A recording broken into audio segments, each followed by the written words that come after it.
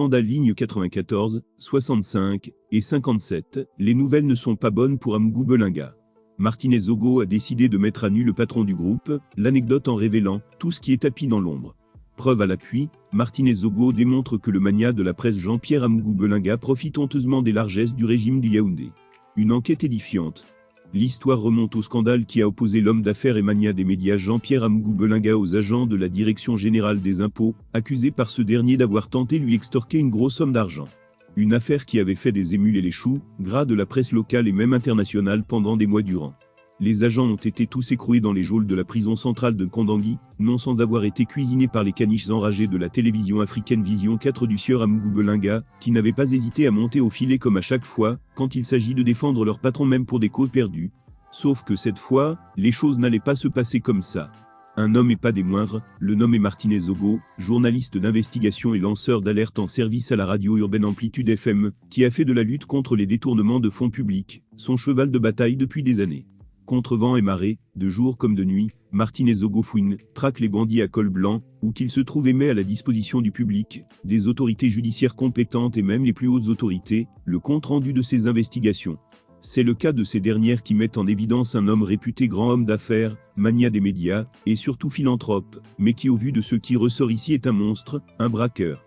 Selon Martinez Zogo, cet homme est un bandit à col blanc, dont les actes perpétrés ne sont pas loin des crimes estimés contre l'humanité, si l'on en juge des sommes faramineuses d'argent révélées ici.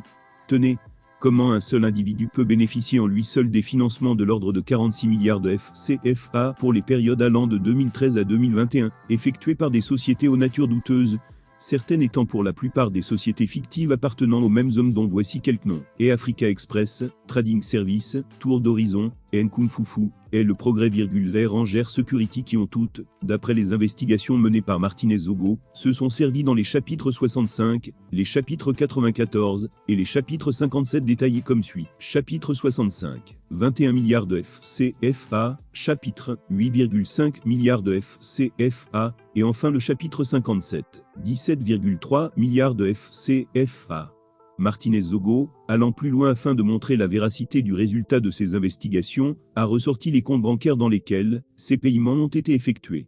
Il s'agit du compte appartenant à la Société régionale d'épargne et de crédit, et du compte logé à Vision Finance, inscrit dans les livres de la société Afriland First Bank. En somme un vaste réseau, où des montants faramineux d'argent ont transité durant tout ce temps. Même la cellule d'enregistrement des marchés à la Direction Générale des Impôts a fait le constat amer qu'aucune de ces sociétés mises en cause n'existe, tant pour ce qui est des lettres de commande ou bons de commande, et pour ce qui est du manque à gagner, il est de l'ordre de 1,9 milliard de CFA. Encore une fois d'après les investigations menées par Martinez Zogo, la direction de la sécurité présidentielle ne se reconnaît pas dans certains marchés passés, ce qui porte à croire qu'il existe également chez l'homme d'affaires un réseau de faux en écriture, qui consiste à imiter les signatures et documents des hauts responsables de la République. Comme si ça ne suffisait pas, Jean-Pierre Amougou Belinga a même bénéficié d'un paiement de 8 milliards de CFA au titre des condamnations de l'État du Cameroun dans un contentieux qu'il aurait opposé à l'Agence forestière du Cameroun, AFG. Sauf qu'après enquête menée auprès des juridictions compétentes, ce contentieux n'apparaît encore moins une décision de justice allant dans ce sens. Le paiement dans le compte bancaire appartenant à la société Vision Finance logée, à Afriland First Bank pour le compte de la Fombelle, est bien été effectué.